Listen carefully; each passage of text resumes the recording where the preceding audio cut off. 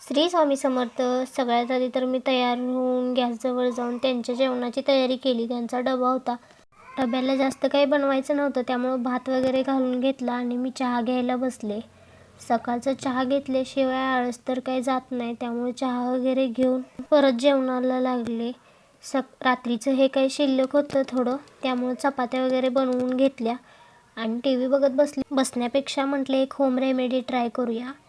वाटीमध्ये थोडंसं तांदळाचं पीठ, थोडीशी कॉफी, खोबरेल तेल थोडंसं, चिमूटभर हळद घेऊन माझ्याकडे बीट होतं म्हणून बीटाचा रस त्यात गाळला. जर बीट नसेल तर पाणी मिक्स केलं तरी चालेल. सगळं मिश्रण मिक्स करून घ्यायचं. सगळं एकदम गाठी फोडून सगळं व्यवस्थित मिश्रण मिक्स करून घ्यायचं आणि चेहऱ्याला लावून द्यायचं. फक्त 10 मिनटं वाळायला ठेवायचं. लगेचच धुवून घ्यायचं. मी असं मस्त टी व्ही बघत की नाही आरामात बसले होते. सगळं वाळल्यानंतरनं लगेचच धुवून घेतलं. काय सांगू, रिझल्ट मस्तच होता. चेहरा खूप छान वाटला. त्याच्यानंतरनं थोडा वेळ आराम केला आणि मग काय उठल्यानंतरनं चहा तर लागतो. चहा वगैरे घेतला.